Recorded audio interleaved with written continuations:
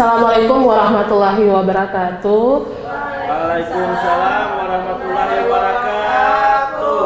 Ya, terima kasih untuk teman-teman guru yang sudah hadir hari ini. Jadi hari ini saya akan melakukan penyebaran pemahaman tentang penerapan pengalaman budaya positif.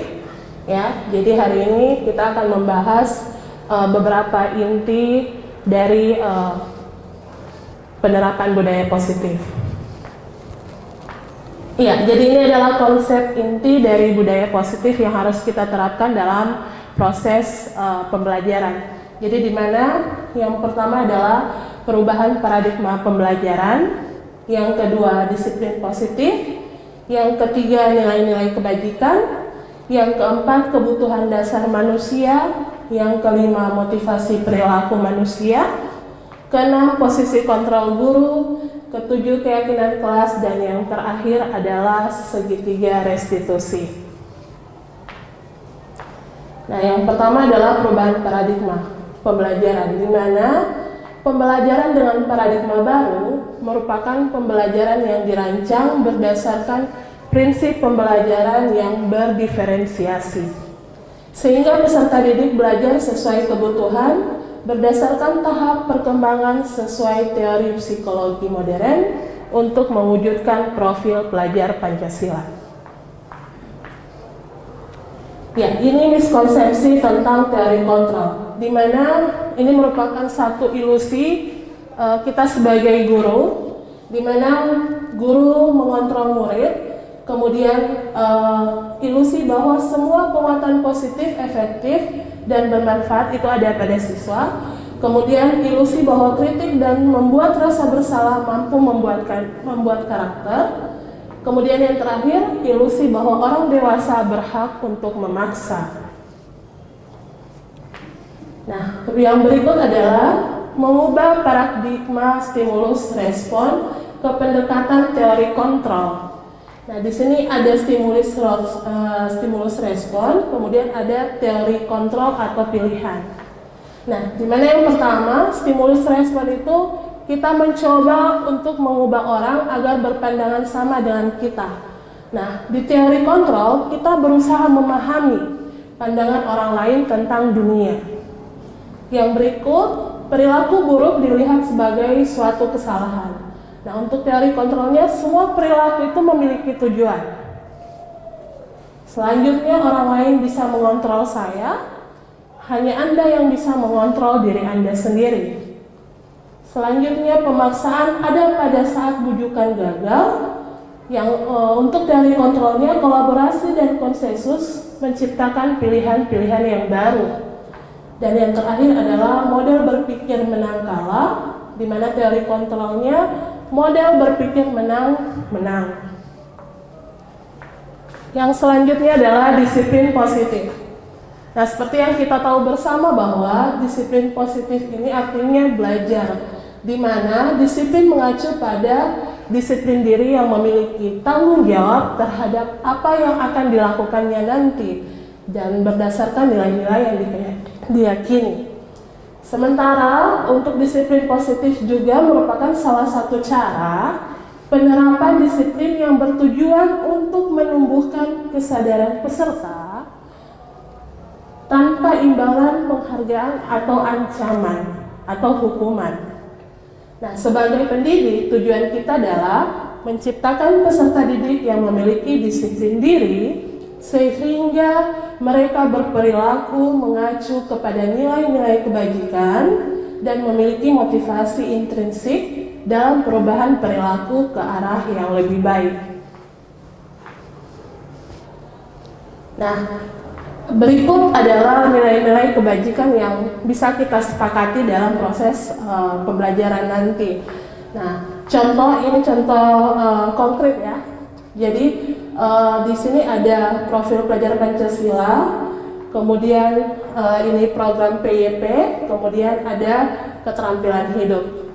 Nah, untuk profil pelajar Pancasila sendiri seperti yang kita tahu ada 6 dimensi. Yang pertama, beriman dan bertakwa pada Tuhan Yang Maha Esa dan berakhlak mulia, kemudian berkebinekaan global, gotong royong, mandiri, kreatif, dan bernalar kritis.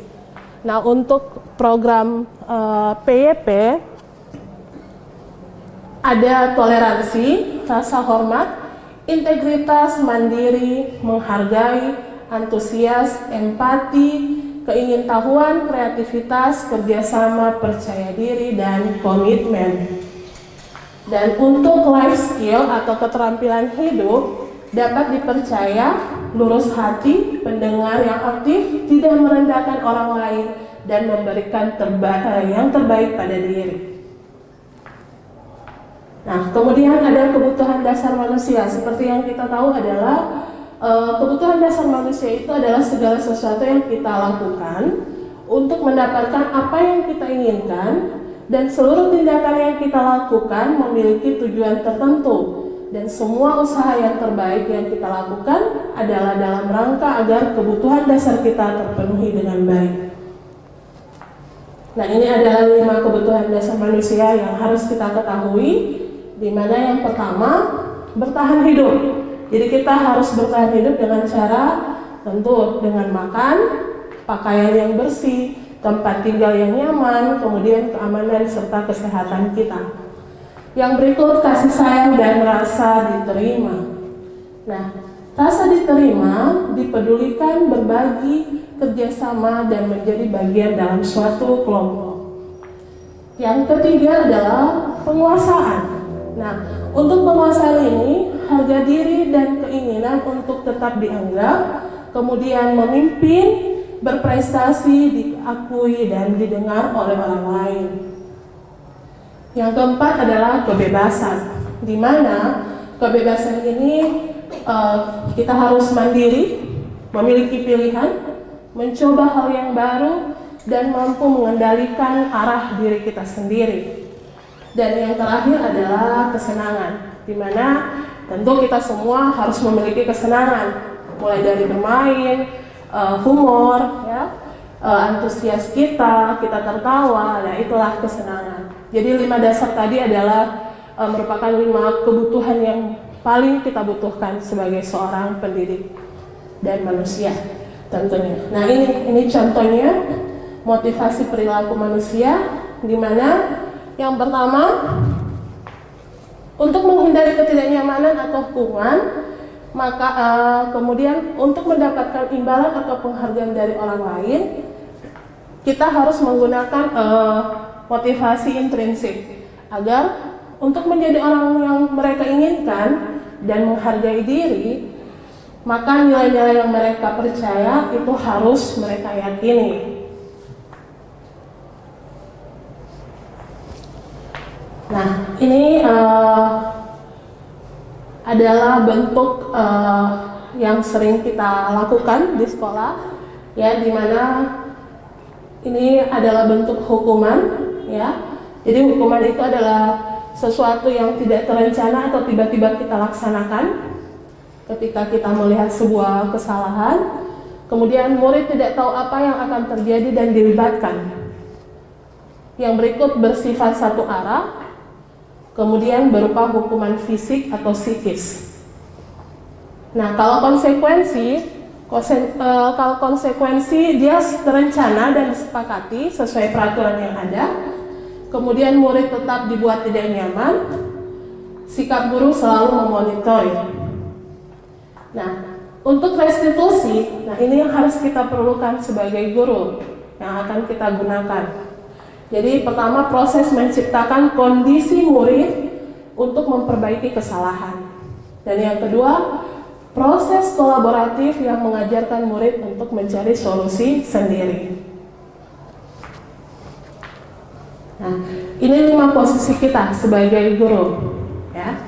Jadi yang pertama ada penghukum, pembuat merasa bersalah, yang ketiga teman, dan yang keempat pemantau, dan yang terakhir adalah manajer.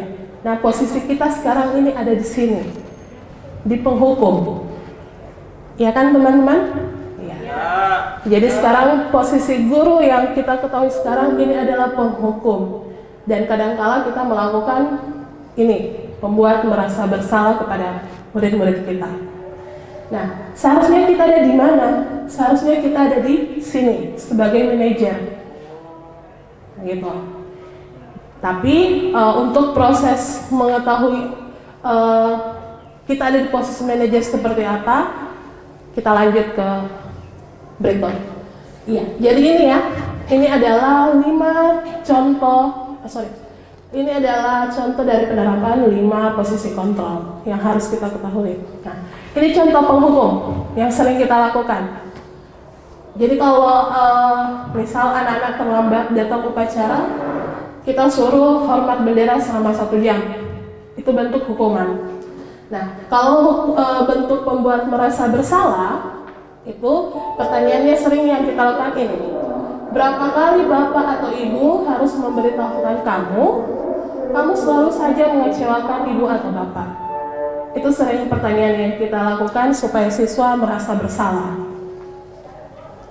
Nah, sedangkan untuk menjadi teman, ya, kadang kan ada siswa yang ingin berteman dengan guru. Nah, jadi ini bentuk kalimatnya kalau posisi kita ada di sebagai teman untuk siswa. Ayo dong ikuti aturan sekolah, tolong bantu ibu dan bapak sekali ini. Ya sudah, tidak apa-apa, lain kali jangan sampai berbuat seperti ini lagi ya. Dan ini di beberapa di hampir semua sekolah juga ada seperti ini, ke guru yang merasa ingin berteman dengan siswa supaya siswa merasa tidak terlalu tertekan sebagai siswa. Kemudian yang berikut, pemantau. Nah, bentuk pertanyaannya, kamu sudah melanggar peraturan sekolah, kamu tahu konsekuensinya. Setelah upacara kamu beli atributnya ke koperasi dan jangan diulangi lagi. Nah, ini bentuk pemantau. Ya. Yang terakhir, manajer. Inilah posisi kita yang sebenarnya. Jadi ketika siswa melakukan kesalahan, inilah yang kita lakukan. Jadi pertanyaannya adalah, apakah kamu tahu kesalahanmu? Kira-kira bagaimana kamu memperbaiki kesalahanmu? Ya. Jadi disinilah posisi kita sebenarnya sebagai seorang manajer. Nah, ya, ini merupakan contoh-contohnya, ya. Ini kira-kira menurut teman-teman bentuk kalimat kita sebagai apa? Saya kecewa sekali dengan kamu. Apakah penghukum, pembuat rasa bersalah? Pembuat rasa bersalah. Oke. Kita lanjut ya. Kalimat berikut. Kamu tidak pernah benar melakukannya. Kira-kira ada di posisi kontrol mana? Penghukum, membuat bersalah, pembuat rasa bersalah, teman, pemantau atau manajer? Hukuman, kamu tidak pernah benar melakukannya.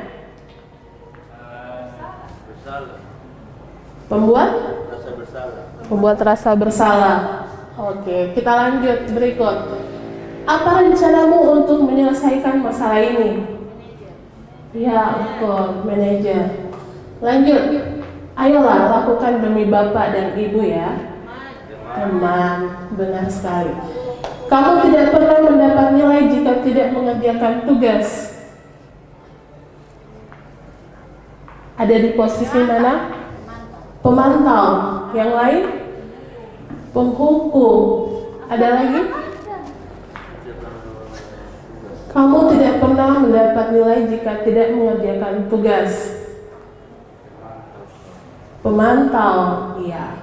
Jadi kalimat ini adalah kalimat yang ditujukan untuk seorang guru sebagai pemantau. Selanjutnya, nah sekarang kalau tadi kita berbicara tentang 5 posisi kontrol guru, maka sekarang kita masuk ke keyakinan kelas.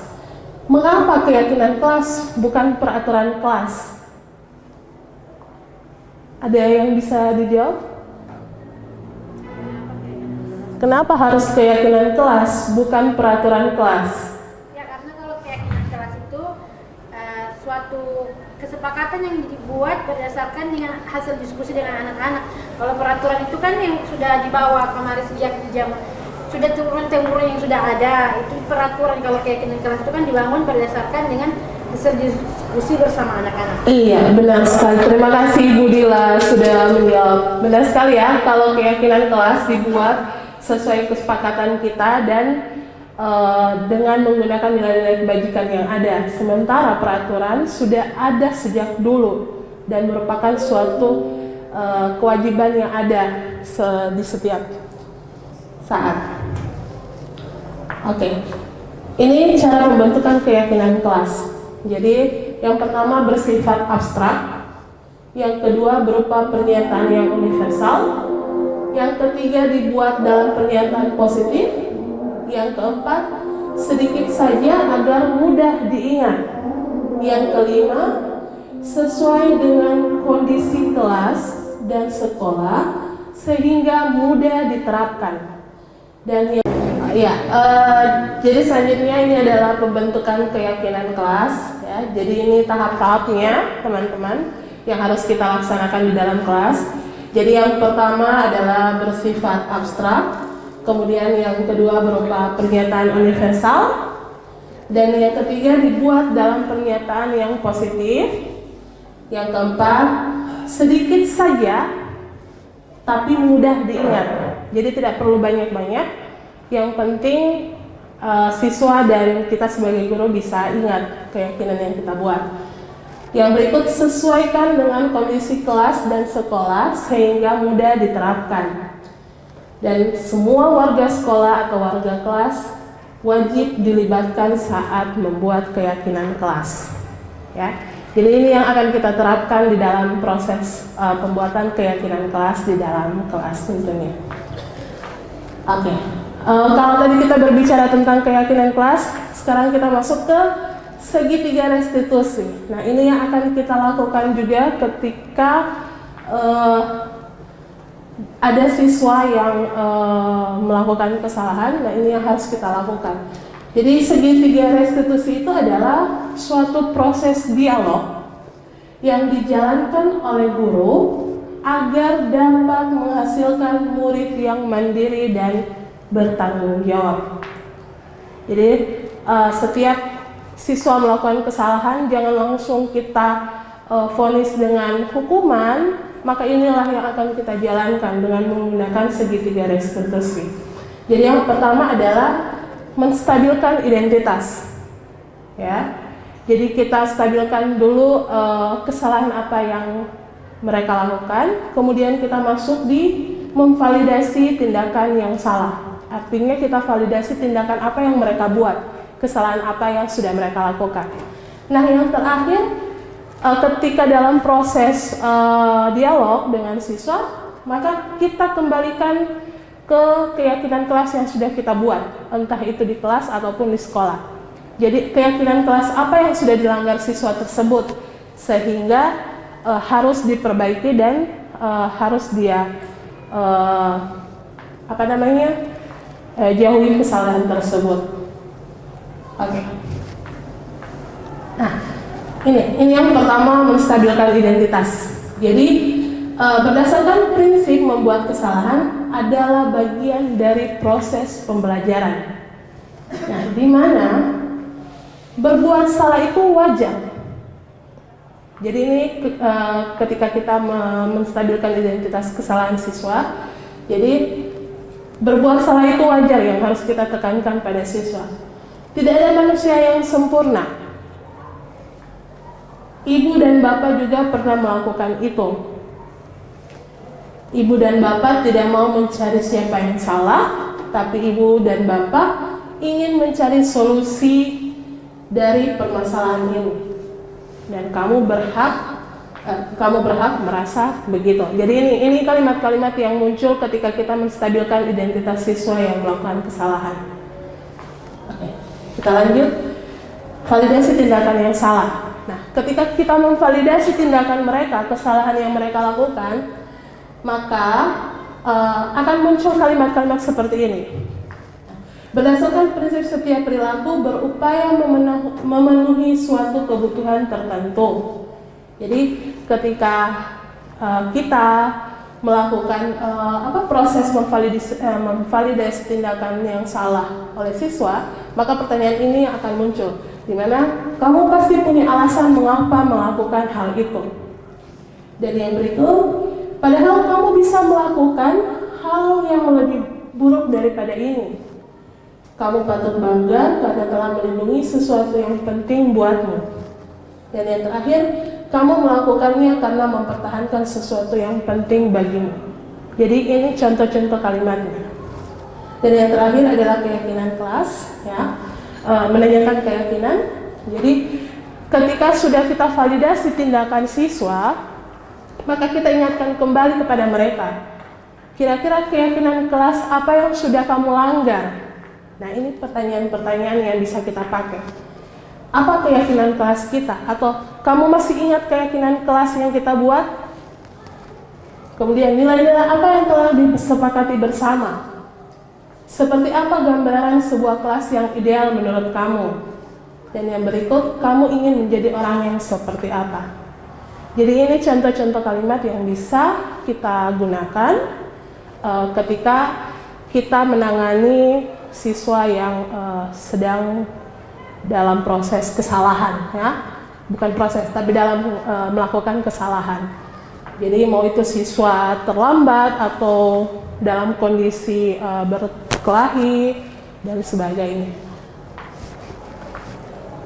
Nah, ini salah satu contoh segitiga restitusi yang sudah saya terapkan di beberapa orang siswa, dan ini salah satunya. Jadi ini contohnya, ini siswa atas nama Karsum Saleh. Dia sering terlambat masuk dalam proses pembelajaran, hampir di semua mata pelajaran.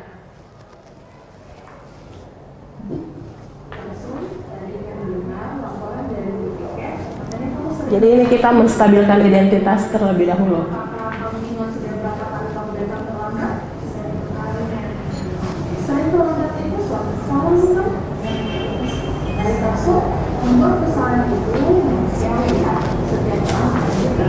Saya kuat.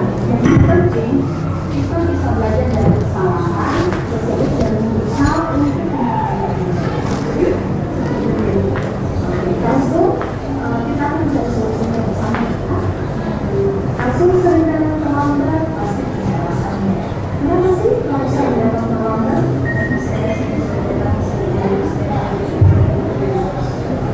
kamu tahu kenapa kamu sudah dilakukan? Kamu terlambat di sekolah sesuai dengan keyakinan pasti tidak? Kamu bisa dan dia tidak untuk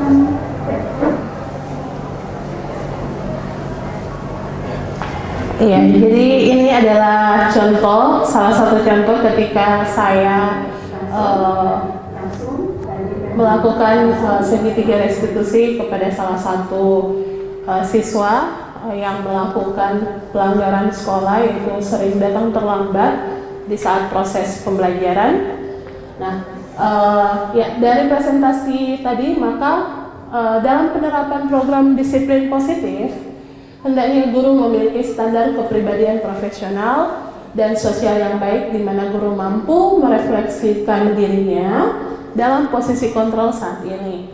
Bagaimana perjalanan dirinya sebagai among atau manajer yang menuntun murid-muridnya menjadi insan yang mandiri, merdeka, dan bertanggung jawab. Nah, demikian presentasi dari saya. Jika ada tanggapan atau pertanyaan, saya buka ruang diskusi kita bersama supaya kita sama-sama bisa menyerap penerapan dan pemahaman dari budaya positif yang saya presentasikan hari ini. Saya silakan ke teman-teman yang ingin bertanya. Ya, silakan Bu.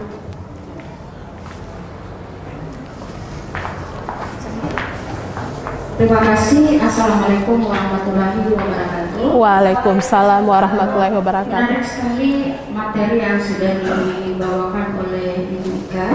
Nah, dari pemaparan tadi kami bisa memperoleh informasi bahwa ternyata kita guru ini barangkali dari budaya positif yang di situ ada guru sebagai penghukum, manajerial dan lain sebagainya itu Ika merasa menyadari bahwa apa yang kita lakukan sebagai guru ini kadang posisi kita sebagai guru ini kadang melenceng dari apa yang disampaikan tadi. Nah, terkait dengan perlakuan kita terhadap siswa, barangkali ini apa yang sudah dijelaskan, ada 5 posisi guru di sini, ada menghukum, membuat merasa bersalah, sebagai teman, sebagai pemantau, dan sahabat mengajar. Hampir seluruhnya ini memang sudah kita pernah lakukan. Nah, namun pertanyaan saya adalah kira-kira apa yang bisa Ibu Ika lakukan jika seandainya di antara temannya Ibu Ika kadang melakukan posisi kontrol guru ini, kadang kalau mau dipikir dia, kalau menurut apa yang kita rasa, perlakuan itu seringkali agak lebih dari yang seharusnya. Nah, yang saya pertanyakan, apa yang dilakukan oleh Ibu Ika jika seandainya ada rekan guru temannya Ibu Ika yang selalu melakukan kegiatan melakukan ini fungsi kontrol guru ini yang kadang melebihi batas. Misalnya adalah posisi guru sebagai penghukum. Mungkin itu yang bisa saya pertanyakan. Terima kasih. Assalamualaikum warahmatullahi wabarakatuh. Waalaikumsalam warahmatullahi wabarakatuh. Ya, mungkin saya jawab terlebih dahulu ya, baru saya lemparkan lagi ke forum.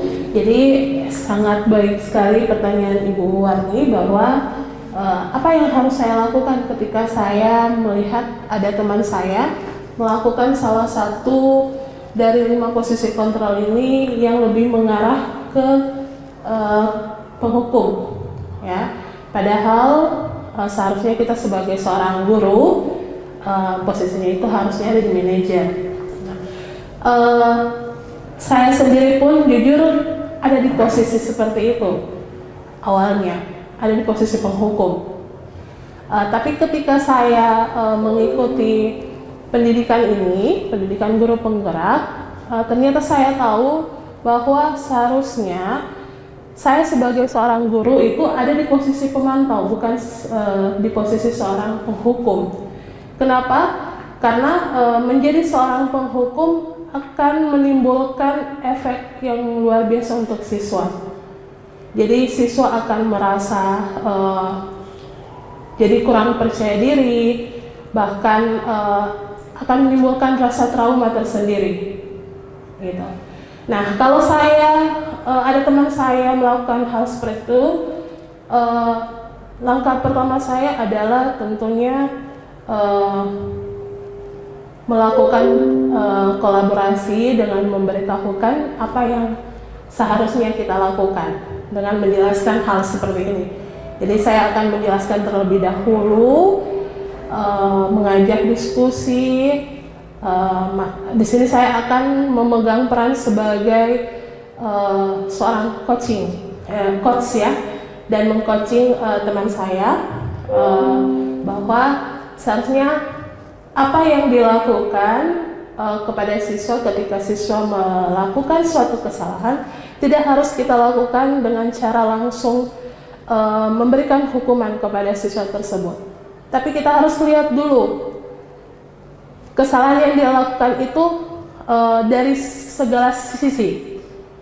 Jadi ketika misalnya seperti ini, siswa yang dia hukum itu karena mencontek pekerjaan temannya, sehingga dia diberikan hukuman harus buat kata permintaan maaf sebanyak 100 kali seperti itu. Maka kita harus lihat kenapa sampai dia mencontek.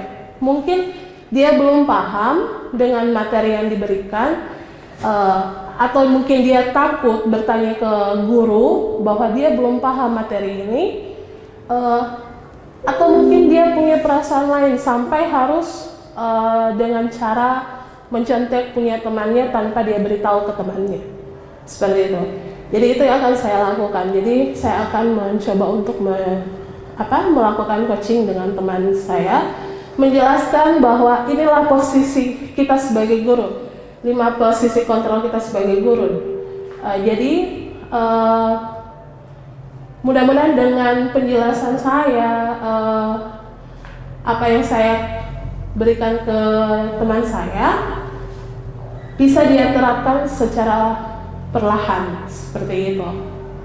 Saya kembalikan lagi ke Ibu. Terima kasih atas barangkali saya bisa paham dengan apa yang sudah Ibu Ika sampaikan. Nah, kalau tadi contohnya itu dalam proses pembelajaran. Nah, kalau misalnya penerapannya pada disiplin sekolah, yang mungkin penerapan disiplin ini kadang ada yang pro dan ada yang kontra. Nah, bagaimana posisinya Ibu Ika di antara dua pihak yang pro dan kontra? Terima kasih. Ya, terima kasih kembali Ibu Wani. Ya, benar sekali. Kadang kita dilema dari peraturan sekolah. Saya ambil contoh peraturan sekolah yang berlaku di sini adalah ketika siswa datang terlambat itu dipulangkan. Padahal ada cara lain yang bisa membuat mereka memberikan efek jerak kepada mereka. Tidak harus dipulangkan. Kita biarkan teman-teman BK itu yang mengambil alih. Jadi siswa-siswa yang terlambat, kalau kita pulangkan, resikonya sebenarnya sangat besar. Dan ini yang sedang berlaku saat ini. Jadi kalau kita pulangkan siswa, apakah kita bisa menjamin siswa itu langsung pulang ke rumah? Tentu saja tidak. Pasti mereka akan kemana, dan ya dampaknya akan ke sekolah. Seperti itu. Nah, kadang saya pribadi pun ingin sekali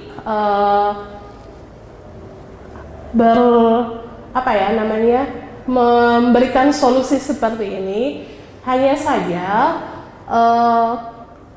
seperti yang Ibu bilang tadi, bahwa peraturan ini ada pro dan kontranya.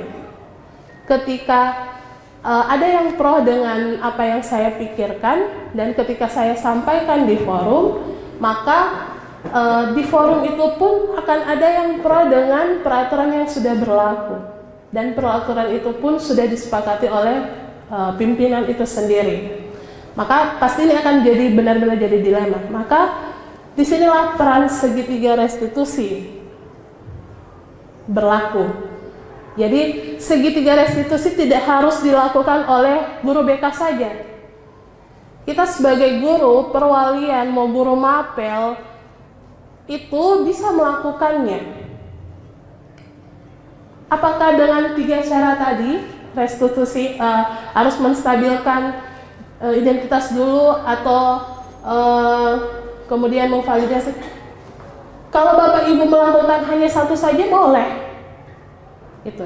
Jadi misalnya kayak anak-anak terlambat tadi, ya kan, tidak perlu dipulangkan, dikumpul saja, bisa perwalian yang ambil alih kalau bukan BK, ya, atau kita sebagai guru-guru juga bisa.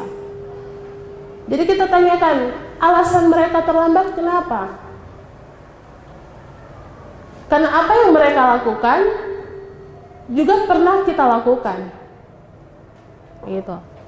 Makanya kita tanya ke mereka, kenapa bisa terlambat? Nah, variasi jawabannya kan berbeda-beda. Ada yang bilang, Bu, lagi tunggu bentor, Bu, lagi tunggu orang tua yang mau antar, atau Bu, lagi macet, hujan, dan sebagainya. Nah, itu yang harus kita cari tahu. Jadi kita jangan langsung menjudge atau kita langsung berikan hukuman, dipulangkan saja. Seharusnya tidak seperti itu. Nah, inilah tugas saya dan teman-teman yang sedang mengikuti pendidikan guru penggerak untuk meyakinkan teman-teman guru, teman-teman rekan sejawat kita, kemudian pimpinan, ya, intinya semua stakeholder yang ada di sekolah kita, bahwa ketika anak melakukan kesalahan atau melanggar peraturan sekolah, tidak harus kita langsung memberikan hukuman. Jadi kita bisa gunakan dengan cara restitusi, segitiga restitusi. Demikian, Bu. Saya kembalikan lagi, Bu. Terima kasih Ibu Ika atas penjelasannya. Barangkali cukup dari saya. Terima kasih. Assalamualaikum warahmatullahi wabarakatuh. Waalaikumsalam warahmatullahi wabarakatuh. Iya, terima kasih Bu Warni. Saya kembalikan lagi ke forum diskusi kita. Ke forum jika ada pertanyaan lagi. Baik, terima kasih Bu Ika, presentasi yang sangat bagus. Saya ingin menanyakan tentang peraturan kelas dan keyakinan kelas. Di sini saya baca untuk pembentukan keyakinan kelas dibuat dalam pernyataan yang positif. Yang jadi pertanyaan saya, maksud dari pernyataan positif itu seperti apa? Dan yang mungkin tadi saya kurang melihat, ya, yang perbedaan antara peraturan kelas dan keyakinan kelas itu dia seperti apa? Mungkin yang lebih spesifik perbedaannya itu di mana? Terima kasih. Iya, terima kasih banyak Pak Afdal. Pertanyaan yang sangat menarik juga dan menantang buat saya. Dibuat dalam pernyataan positif keyakinan kelas. Saya awali dari perbedaan dulu, ya. Perbedaan antara peraturan dan keyakinan. Nah, seperti yang saya jelaskan tadi bahwa peraturan kelas itu sejak zaman dahulu sudah ada. Jadi peraturan itu dari dulu sampai sekarang hampir 99% sama. Gitu. Kalau keyakinan kelas kita buat itu berdasarkan nilai-nilai kebajikan yang ada, gitu. Jadi begini, saya kasih contoh. Kalau peraturan, misalnya dilarang bawa HP, ya kan? Kalau dilarang bawa HP berarti tidak boleh bawa HP sama sekali, gitu. Tapi kalau untuk keyakinan kelas, dia lebih ke HP dalam mode silent. Artinya siswa boleh membawa HP tapi kondisi dalam posisi silent. Kenapa? Karena zaman sekarang, ya, kalau kita pahami tentang filosofi Ki Hajar Dewantara, bahwa kita sebagai seorang guru harus mengikuti zaman yang ada. Makanya ada yang dimakan kodrat alam dan kodrat zaman. Nah, kodrat zaman lah yang harus kita ikuti. Sekarang kita berada di era 4.0 globalisasi. Jadi kita harus mengikuti. Kita tidak bisa melarang siswa membawa HP karena HP merupakan semua Bapak Ibu guru yang sudah memberikan pertanyaan dan kita tadi sudah sharing banyak di forum diskusi tadi. Maka untuk menyegarkan pikiran kita supaya aktivitas kita kembali dengan baik, kita akan ice breaking, ya. Sebelum saya tutup pertemuan kita dalam presentasi ini, alangkah baiknya kita ice breaking terlebih dahulu, ya. Mari teman-teman silakan berdiri. Iya. Jadi ayo kita semangat, kita ice breaking terlebih dahulu, ya. Iya. Operator. Iya. Di situ.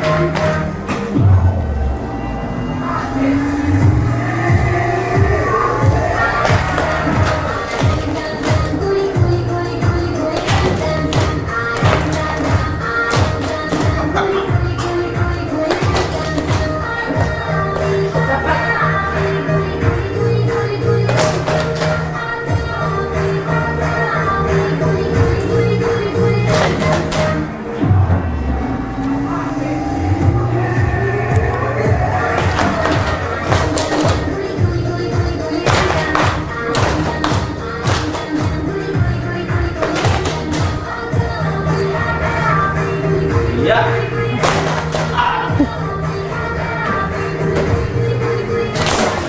Oke, 5 kali lagi.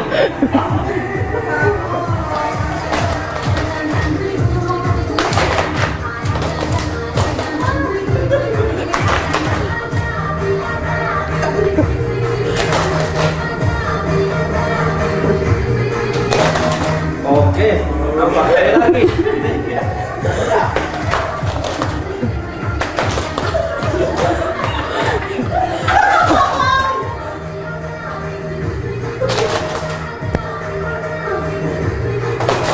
Oke lagi.